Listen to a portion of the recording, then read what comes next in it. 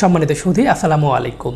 আপনারা অনেকেই জানতে চেয়েছিলেন যে ছেলেদের মতো মেয়েদেরও স্বপ্নদোষ হয় কি না, সেই বিষয়টা নিয়ে মূলত আজকের ভিডিওতে কথা বলবো। প্রিয় দর্শক, প্রশ্নটার উত্তর যদি এক কথায় বলি তাহলে বলবো যে হ্যাঁ, মেয়েদেরও স্বপ্নদোষ হয়।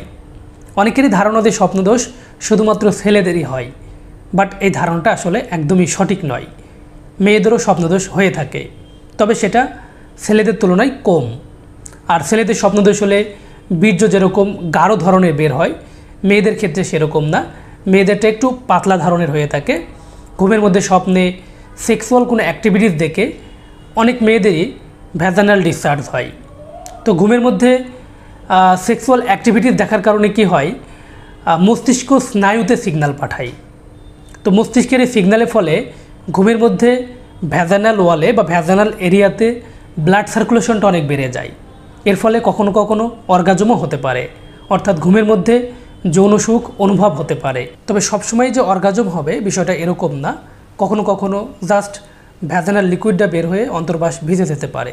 আর এটাই সাধারণত মেয়েদের স্বপ্নদোষ নামে পরিচিত। এটা সাধারণত অল্প বয়সী মেয়েদের ক্ষেত্রে একটু বেশি হয়ে থাকে, বয়স বাড়ার সাথে সাথে এটা অটোমেটিক্যালি কমে যায়। এটা নিয়ে উদ্বিগ্ন হওয়ার কিছু নেই। হরমোনাল পরিবর্তনের কারণে সাধারণত বয়ঃসন্ধিকালে এই সমস্যাটা একটু বেশি দেখা দেয়।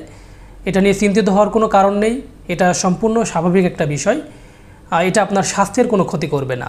তবে এটা যদি আপনার অতিরিক্ত পরিমাণে হয়ে থাকে এবং এটার জন্য যদি আপনি খুব বেশি অস্বস্তিতে ভোগেন, এটা যদি আপনার দৈনন্দিন লাইফে সমস্যা সৃষ্টি করে, তাহলে আপনি চাইলে একজন চিকিৎসকের শরণাপন্ন হতে পারেন।